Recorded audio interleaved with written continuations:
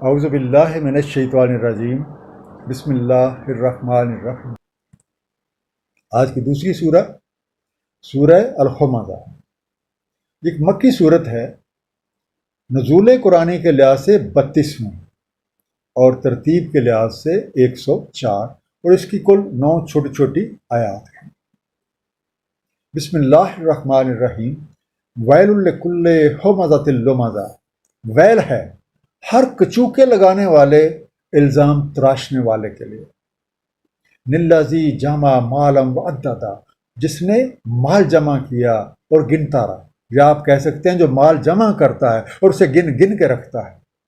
یحسب ان مالہ اخلدا، اصحاب لگائے رہتا ہے کہ اس کا مال یوں ہی رہے گا، اس میں کوئی تغیر نہیں ہوگا، کوئی تبدیلی نہیں ہوگی۔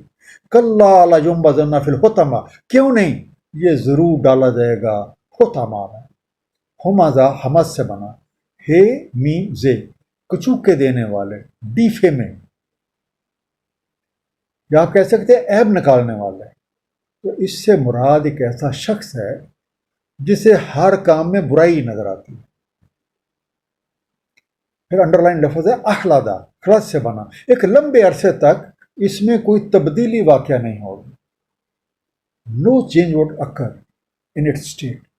اور آخری جو انڈر لائن ورڈ ہے لجنبذن، نبا سے بنا، تو ضرور ڈال دیا جائے گا، شیورلی ول بی تھرون۔ ان آیات میں ایک ایسے شخص کا ذکر کیا جا رہا ہے جسے ہر چیز میں خرابی نظر آتی ہے، اسے ہر ایک شخص کے کام میں کوئی نقص ہی نظر آتا ہے۔ وہ نہ تو کسی چیز کی حسن کو سراہتا ہے اور نہ ہی حسن کارکردگی کو اپریشیٹ کرنے کا جذبہ رکھتا ہے۔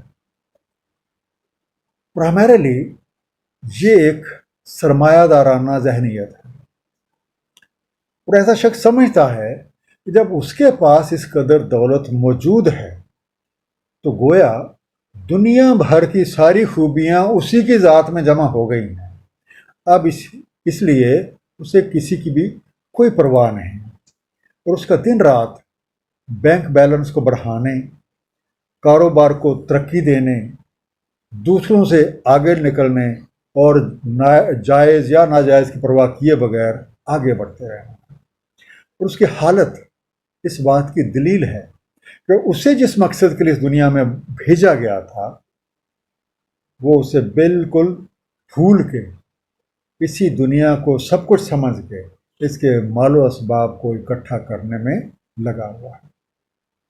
تو جس طریقے سے پچھلی صورت میں انسان کا ذکر ہوا تھا وہ بھولا ہوا ہے، تو اسی انسان کی ایگزامپل اس سورہ میں دی گئی ہے۔